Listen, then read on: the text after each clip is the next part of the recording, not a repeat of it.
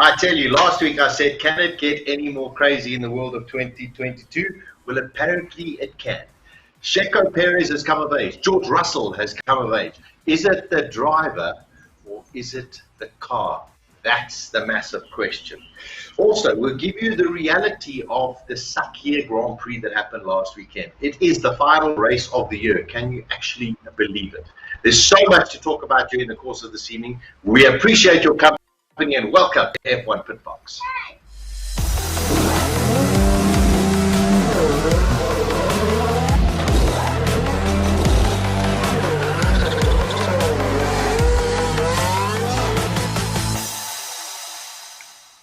Very good evening. Welcome to the F1 PitBox from myself as well as Gary Famata. Gary, can you believe it that I think it was the 3rd or 4th of March this year, you were sitting at home, I was sitting at home on the couch, it was nice and warm. Early in the morning. Ready for freaking free practice one in Australia, cancelled.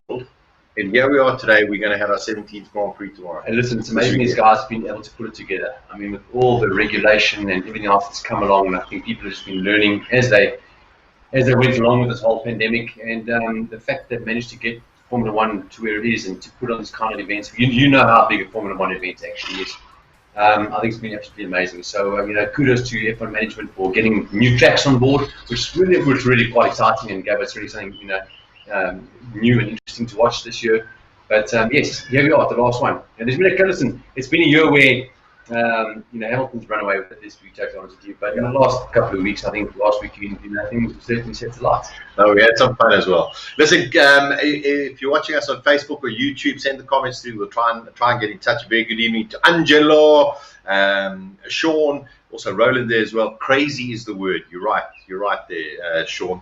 And also Roland, and also to Mick Famata, our biggest fan. Always. Our biggest fan. Always. And but somebody, Sergio Martiningo, our second biggest fan, who actually dual fans. That's it. Dual fans as well. Sorry, Mom. Yeah. Hello, dads. Hello, Mom's or somebody there as well with the new hearing aids, by the way. Okay. So she's hearing us loud and clear here this evening. Okay, lots to get through. Quite amazing that we've gone through 17 events, or 16 events, 17 this weekend. First thing, let's just get this out of the way. Twitter exploded yesterday, Gary. Nikita Mazepin signed to the Haas team. Just as when Lance Stroll was signed to Racing Point or whatever, daddy's money, daddy's this or whatever. Mazepin has shown that he's actually a pretty decent racing driver, although he's a little aggressive, let's be honest. He did something silly over the last couple of days. And that's all I want to say is he did something silly. Listen, in this day and age and where we are right now, unfortunately, it's unacceptable. And, when you sign for a team in Formula One, you are at the top of the pinnacle of the sport. You are going to be under scrutiny. And I think, what happened was just what happened was, as I said, a silly thing to do. But, you've got to realize now that, those sort of things can't happen. But listen, I just want to say one more thing about it. It's hard to believe that you would see people like Schumacher and other great sort of champions doing silly things like that. I'm just putting it out there. Yeah. So let's see how he performs. But it's also more than that. Sort of tarnishes the F1 thing. We've spoken about these wealthy kids coming to F1 that are really buying their way into F1 and what have you. And I think that video for me, more than anything, just showed that these guys are just having a big party. And can do what they really want because they've got this massive amount of money. But yes, and they are good drivers and what have you. But I don't know if the hunger and what it really takes is there when you look at what's going on in these guys' lives. I think, Gary, you bring up such a brilliant point. The proof will be in the pudding because eventually a guy like Mazepin will have to go and deliver. Yeah. And, don't forget, Gene Haas is maybe not as wealthy as Nikita Mazepin's father, but he's not... It's not as though he's short of funds. He's spending his own money to make this thing happen. Correct. And he's doing it for his brand in his business, Haas. The machinery that they produce around the world. So yes, I think things to certainly look out for. But and I want to go to Mick Schumacher now. When you look at where he's come from and what he's doing and how he's behaving and how he's handling himself. You've got to take your head up to the guy.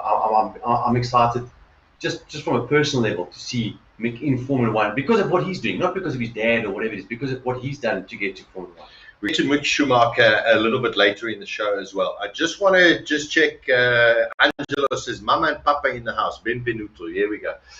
Somebody says we've got a little bit of a sound problem, Sakhir. So I'm just going to get our guys, our technical guys, just to check that out as well. Nikita Mazepin, for those who are unaware, because we've spoken, yes, there was a video that he posted on his Instagram account. It got deleted. However, it was inappropriate, and you are now a superstar, and as Gary said, you're going to get scrutinized for everything, so we're just going to leave it as that. This weekend, Gary, we've got Sebastian Vettel, Danny Ricciardo, Carlos Sainz. All three of them, their last races for respective teams. So let's go through them each. Vettel, 6 years at Ferrari. Perhaps 2018, Germany, where he hit the wall, would have been his best chance. He hasn't fulfilled what he wanted to do because he won championship with Ferrari. Correct.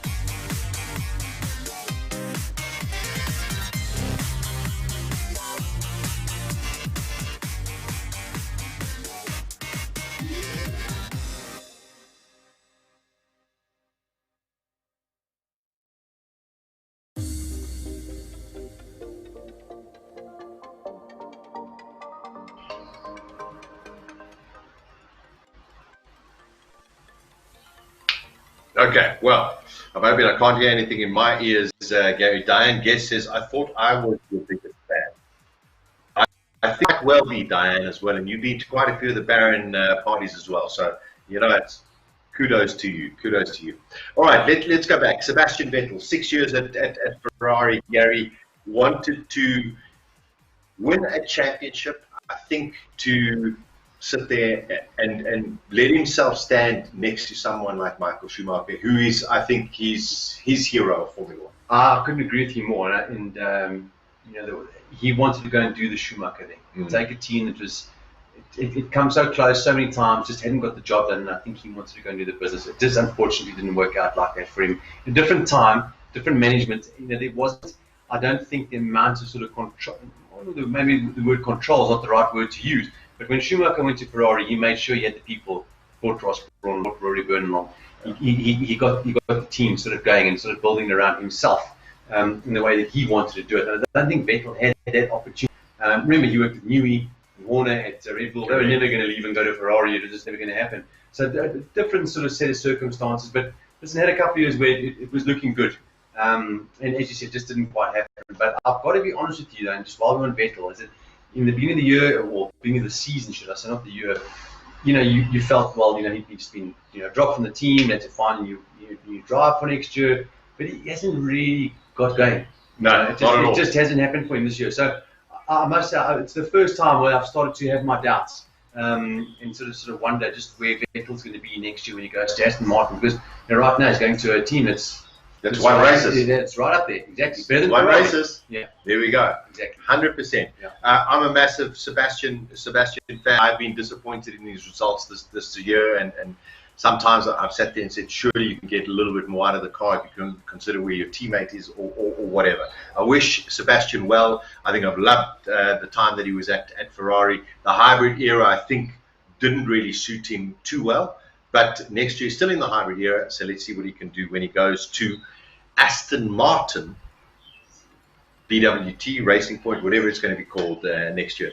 Next one, Danny Ricciardo went to left Red Bull, huge money, went to Renault, thought long-term contract, Gary, 2 years, bang, out of here, go to McLaren with Lando Norris. I mean, this is going to be fun. It's going to be fun. It's going to be a great team. I think and what a difference from the McLaren that we all sort of knew, the Ron Dennis era to McLaren where it is now. I mean, I also listened to Zach Brown's podcast at the night. I mean, it was great. If you haven't listened to them, listen. I mean, what a great guy it sounds like, and what an enthusiast in terms of motor racing as well. And also, just to interrupt, he's just signed Juan Pablo Montoya to race in his Indy team or at Le Mans at the Indy 500 next year. So, and also, massive respect to him, massive respect to Andreas Seidel. Ricciardo going there, but with Mercedes power. So the question I've always asked myself is, do the customers get, or are they allowed to run the same settings as the works team? So who knows what that story is. But I've got to say, though, that this decision from Ricciardo was made before the end of lockdown. Correct. It was right, as this pandemic kicked off, and they hadn't even done a race. Made the decision after the pre-season testing, and you've got to say that car's come on strong in the last couple of races. And there's got to be some doubt in his mind saying, gee whiz, you know what, this was good money, and the car's not going too badly either now. So it was kind of, they got to where Renault wanted to go with him, and to the point now where actually last weekend where his team had actually beat him. So, who knows? Yeah. Now, when it comes to the word of emotional or EQ, emotional quotient, okay, Mattia Binotto from Ferrari, I think, needs to learn a little bit better in terms of the way that he talks about certain drivers. The next driver, of course, is Carlos Sainz, who I think, Gary, besides a couple of mishaps this year, has been, I don't believe in luck, has been unfortunate in certain things, whatever. But he hasn't even put that red overall on. And Mattia Binotto comes out yesterday going, well, I firmly believe that Charles Leclerc can really be the leader of this team. And I go, well, imagine you Carlos Sainz. Exactly. And you know what, if a Ferrari contract comes across the table as a driver, it's very difficult for anybody to turn it down. There's no about it. But having said that, I've always felt, prior to Binotto's comments, that Sainz is walking into. Just look at Vettel this year, for example. Okay, when the team shifted its focus to Leclerc, they believe Leclerc is a future champion. Let's be honest. Yes. He's a quick driver. He's really, But Sainz going there, I just think it's going to be a difficult job for him. And if it starts off like it's typical Ferrari. It's typical politics. It's all that sort of stuff that we've come to know over the years, for so many years. It is what it is. So I sort of take my hat off to him for being brave enough to actually go and get involved there. And listen, Carlos Sainz comes from great pedigree. Yeah. And this guy's also shown this year. The last few races, Gary, he's had Lando's number flat out. Yeah. He's really done a good job. So Charles is up against it, and we're going to discuss a little bit about the race last weekend, where Leclerc also doesn't get the necessary sort of vilification like a Max Verstappen. But we'll get to that in a short while. This weekend, unfortunately, we won't have Romain Grosjean, and it's great to see that he's back home and he's recovering, and we wish him wonderful success, whatever he decides to do in the future, and happy that he's there. But it is the last race for Kevin Magnussen. And I've loved this guy. Yeah. I love his bravado. There's something about him that's really cool. When he walked past, when him and Hulkenberg had that thing in past with TV cameras, and he went just suck my balls or whatever. Yeah. Great racing driver, Gary. Maybe not, didn't have the right opportunities or didn't have the right management or whatever, but a guy who's also got a great future wherever he goes. Yeah, I think so. Look, I mean, as you said, comes from great pedigree. His dad was no slouch. There's no two ways about it. And also a guy that did it his way. I'll just tell you a quick story. I mean, I've still got the image in my mind. I remember walking to the paddock at Le Mans. His dad, Jan Magnussen, was walking to the pits and was in broad daylight, having his cigarette in front of everybody and doing his thing. And Magnussen had that sort of flair as well, where he's maybe approached it a little bit differently to his Allman did, but he got stuck in. So I think in the last couple of years, actually outshone Grosjean. Yeah, 100%. Okay, listen. So we got a little bit of a picture image issue again. Stay with us. We're going to be back in a couple of seconds.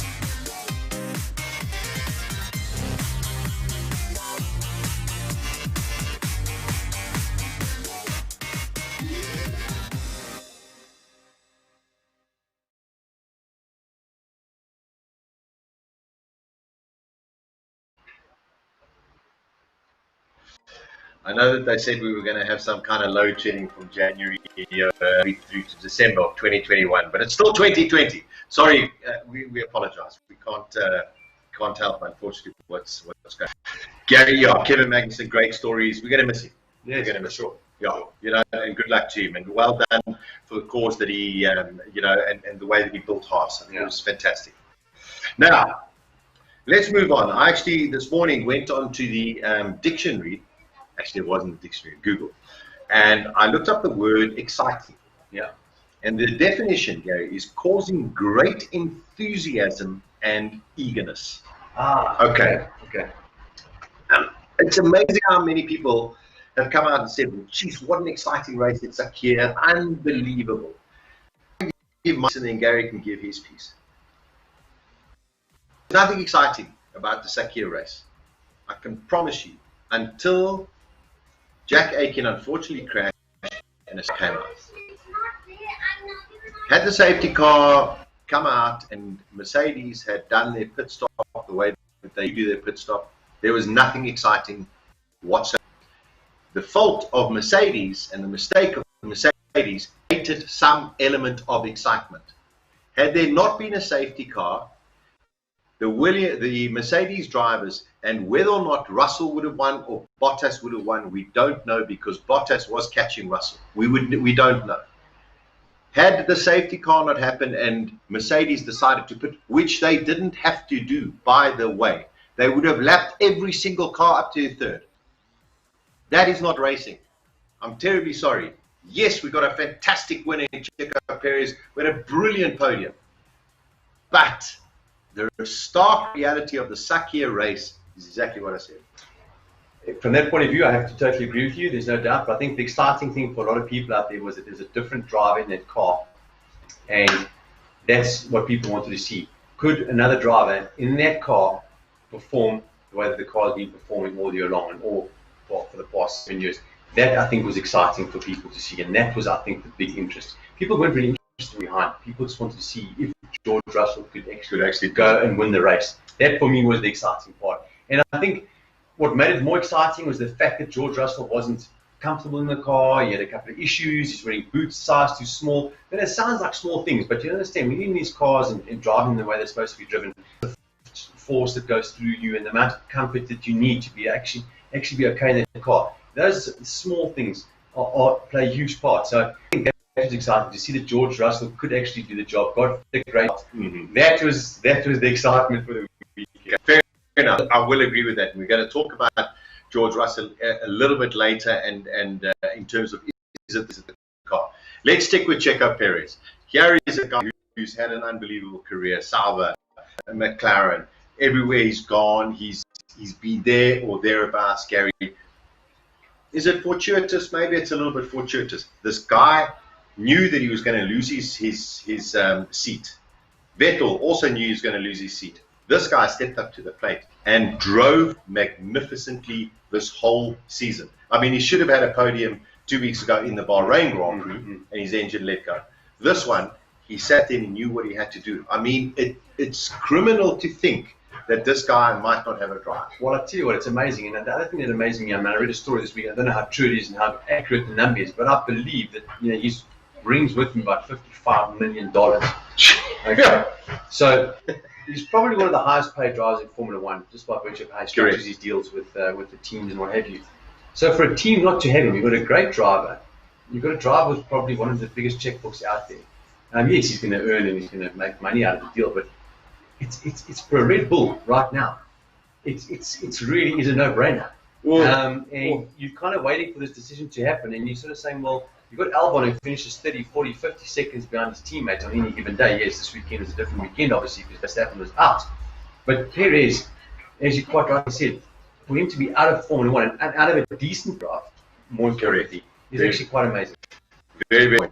There is one picture that I want to show, and this was when he crossed over the finish line at the Sakhir Grand Prix. And we just hold this picture over here. Now, on the right-hand side, there's a man standing in the black shorts. He's from McLaren, and he's taking a photograph of the whole Racing Point team. Down on the left, you can see the little R Okay, that is the Alfa Romeo team with Perez's name there, PER, because I mean that's where he started. Yes, that's Sauber. Yeah. Just to show that there was so much love Yeah. for this kind of a victory and what this guy has done. Mm. Also, people tend to forget Lawrence Stroll, yes, might have bought the team, but if it wasn't for the intervention of Sergio Perez to force Vijay Mallya to force India into administration, this team would not exist. Yeah. And unfortunately, yes, 2 years down the line, he's still, and this is what I love about him, he's still, you know, it goes out there. He doesn't seem to have any chips on his shoulders, Gary. He just sits there and goes, you know what? If I'm not here in 2021 or 2021, I will be here in 2022. So he's got something. Yeah. But it is, in a way, sacrilegious that this guy's not going to be on the grid next year. Yeah. Look, exactly. It doesn't make sense. And look, he's had the measure of Stroll all year. You've got to be honest with yourself. But listen, Formula One's a crazy place. Crazy things happen. So, you know, it's even guys that have got checkbooks can't find drive time. That's how bad it is. That's how bad it is. Now, let's get to the juicy stuff. There have been hundreds of conspiracies going out. What happened with Mercedes? They are such a professional team. They don't make mistakes like this. Lest we forget 2019 German Grand Prix. What an absolute mess it was for them when it came into the pits. Netflix was there, and the first meme that came out after this Grand Prix was apparently Netflix were filming at Mercedes. By the way, they were not filming at Mercedes. And so we have to ask a couple of questions. Mercedes, Gary, did not have to pit under the safety car. They actually didn't. They had the time to take them to the end. They really had the measure of everything else. They decided the double stack pit stop. And all of a sudden, the communication from the one side to the garage to the other side of the garage, nobody heard the communication. Gary, it's not as though there's a concrete wall between the two garages. Okay, so this is where the conspiracies come in. One of them is, had George Russell won this race, the Mercedes board have to seriously then look at Toto Wolff and say, Lewis Hamilton's costing us $50 million a year. We can get George Russell for $5 million a year. What are we doing? Well, listen, I don't even think it needed to not. All this didn't need to happen. I think that's really that's a question that's being asked already, and I think that's the job that Russell did. We'll speak about it just now, but for sure, the car is great, and yes, Hamilton is a great driver. I mean, if you look at, you know, he sort of made things happen with that car. Maybe his effort that's required for him to do what he's done with the car has maybe been a little bit less. He's just made it all happen for himself. But let's be honest, Bottas, he's been a good teammate, but he's been the perfect teammate for Hamilton. It's just good, but not good enough. Correct. Sorry to say. There we go. It's a simple. And it's a matter of, it's a tenth. Yeah. It's a tenth. It's a tenth and a bit. That's all you need. That's all you need. That's all you need. So I think that question's already been asked. So I personally don't believe that they made the mistake on purpose. As you said, the question. I think it's just one of those things. As you said, I mean, Hamilton coming in across the white line last year and doing all crazy stuff. But it was just one of those things. But it also gave an opportunity to see Russell in a car that we believed it wouldn't overtake in traffic. Russell overtook big time. Overtook his teammate around the outside. He did amazing things. Yeah. Okay. Yes, he had different tires. We'll talk about that in a short while. Regardless of that, he actually overtook. Whereas Bottas not managed to do that, or Lewis not managed to do that as well. So the $100 million question: is it the driver or is it the car? And Gary alluded to it in the show. Whether or not you drive a Toyota Aygo or you drive a Bentley, when you get into each of those cars and sit down, you're actually in a very comfortable driving position. You must understand it. Doesn't matter to go to Aygo. Gary, you've been in hundreds of different racing cars. Racing cars are not comfortable places. Correct. No, they're not. I mean, listen, we've lent cars to people, very well-known touring car drivers that have come out and driven our stuff, things are undrivable. But for our conditions and what they need to do, you set them up and you get them to work. I think for people to say that it's the car, not the driver, is taking away from what Russell did in the weekend. That's what I want to say, because it's the car, it's not the driver. What I'm saying here is that you've got who is a superstar driver that was given a chance to be in the right car at the right time and prove himself. Russell is of the Leclerc, Verstappen. That's the class he's in. So to say that it's only the car is demeaning to Russell. Yeah, demeaning to Russell, and also very demeaning to. Exactly. One swallow doesn't make a summer. Yeah. Okay. Yes, he had one chance. We still don't know. I haven't seen any information whether or not Lewis Hamilton is racing this weekend. I know that I think they're 2 or 3 hours ahead of us. I haven't seen. If maybe you've seen on Twitter somewhere around, please let us know whether or not Lewis Hamilton has tested negative and if he's on W. I haven't got any information about that at the moment. The one thing I just want to go back, Gary, is the uncomfortability of a racing. When a Formula One racing driver sits in the car, he's are basically at the same height as his head. Okay. George Russell is 6'1". Lewis Hamilton is 5'8". All right. George Russell takes a size 11 boot. He had to put on a size 10 boot just so that he could get his feet to fit onto the pedals. His shoulders came out bloodied because his shoulders were pushing up on the head and neck rest. Okay. He was massively uncomfortable in this car, and yet he managed to go out and do something extraordinary. And exactly what Gary said. There could be a handful of drivers that I'd say, and I'm not going to mention names because I think it's very unfair, that wouldn't have been able to do that job. But a guy like George Russell, when he raced in GP3, or I think it was GP3. Yeah, GP3 at the time. Smashed everybody. When he raced in Formula 2, he wiped clean the likes of Lando Norris, Alex Albon. He is a top class driver. So you can't just say, oh, well, if we had put anybody in that car. No, never. There's never. It has to be a combination of the two. Absolutely. And that's what's about a package deal. But I think what I will say, I was taught I'll be saying to myself, well, Bottas, you know what, he's not the future of this team. Hamilton's 35. He's already started to mumble about retirement and what he wants to do after Formula One and what have you. You've got to put a guy in the car. It's an absolute no-brainer. Okay, but on the other side, you sit there and even though Helmut Marko came out and said, oh no, we've got a very strict development program, I go, no, you don't, Helmut, because you actually don't know what to do with Danny Kvyat, who's going to lose his job to Tsunoda, and you've got Alex Albon who's not performing. You have to be George Russell. Surely, you must have sat there and went, that's the guy I want next to Max Verstappen. With the greatest respect to Sergio Perez and Nico Hülkenberg. I couldn't agree with you more. And in fact, if the phone didn't ring this week for George Russell from somebody from Red Bull, I would be surprised. 100%. I mean, you come from a situation with Vettel and Ricciardo and Webber, who were all pretty close in their day. Now in an environment where you've Gasly with Verstappen didn't do anything. You've got Albon is there. He's not doing anything. You need a top guy. And we've spoken about this how many times. We've said that the Red Bull Junior program is not throwing up the quality that they need to fill that seat. And you've got Gasly who's performing at AlphaTauri now. You know, we've said this. Why would you want to go back to Red Bull? You know what you're in for there. But I do think that Russell is a better option. And I have to say, as I said, I put him in the top 3 of the future world champions. 2020 has been so crazy with everything that's going on.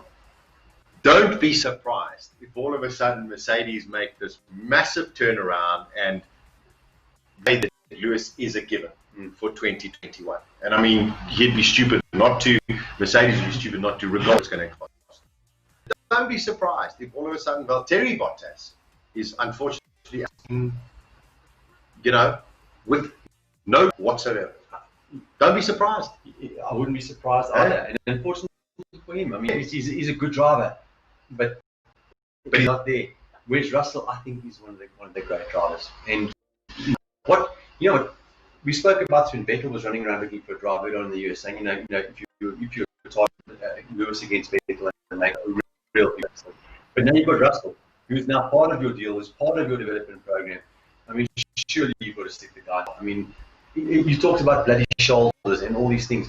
I can't stress enough how uncomfortable it is when you for a Grand Prix doing at that track doing 80 whatever laps it was around there. It's hard work. You know what I mean? That's like a runner going for a run with a stone in his shoe. 100 marathon runner. You can't do it.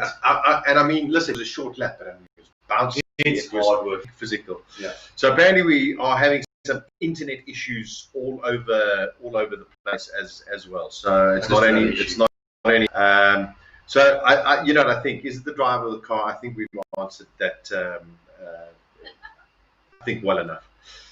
Got to say, Mick Schumacher winning Formula 2, Gary, I know that I asked you, you didn't watch his race on the Saturday. It was phenomenal. That made me sit there and look up to this kid and go, you know what, you actually do have it. He'll be driving in free practice 1 tomorrow with Fittipaldi. So that could be fun to watch. All right, final things before we go, because I know that we are having some issues. There's one of the photos of the year, Pesley and Gasly and Perez, but let's leave that. Next weekend, the Abu Dhabi Grand Prix, we've got just a graphic of view of what's going to happen. Gary, the circuit just doesn't lend itself to fantastic racing. We've seen it over the years. With DRS, at least you got a chance going into turn 4 and into turn 7. Yeah. You can't believe anyone's going to. No, you can't. Again, it's qualifying, pit stops. That's what it's about this weekend. And listen, I think again, see who is actually going to drive that Mercedes-Benz. That's the $1 million. And let's hope that Charles Leclerc doesn't take out people like Max Verstappen. Yeah, that was, you mentioned it quickly. I just want to touch on it. I mean, listen, Leclerc seems to be able to, you look at Verstappen and everybody's got this reputation of being this guy that's. He backed out of that situation. He saw it. And it was the right thing to do, no doubt about it. Leclerc stuck him off. And then. And sorry, Leclerc walks away. Max Verstappen does that. Exactly. Worst driver in the world. Exactly. Sorry, Charles. You actually messed up badly. All right, listen, free practice 11 o'clock tomorrow. Thanks so much for joining us. We do apologize for the internet connections this evening, out of our control, but we do have the obligatory Alfa Romeo picture of the day, which I think is very, very necessary to show us this evening. There we go. And that is the old Alfa Romeo. My mom made one of those cars. Yes, I think she did as well. Yeah. I love the steering wheel. Yeah, yeah. They're very, very special. Listen, thanks very much for joining us. We don't know if we'll be doing another show this year. Maybe we'll see what happens after this weekend. But you know what? Over COVID-19, it's just been crazy. Thanks very much for your loyalty. And thank goodness Formula 1 has been able to give us 17 races. We look forward to this final race. And I think a great rest deserved by all of the teams, all of the drivers. Have a couple of months off and recharge your batteries for 2021. From Gary and myself, listen, thanks as always for joining us. Henk, Fritz, the whole team, and the world of internet, well, you can bugger off. But we'll be back with you very, very soon. Blessings. Take care. Ciao, ciao.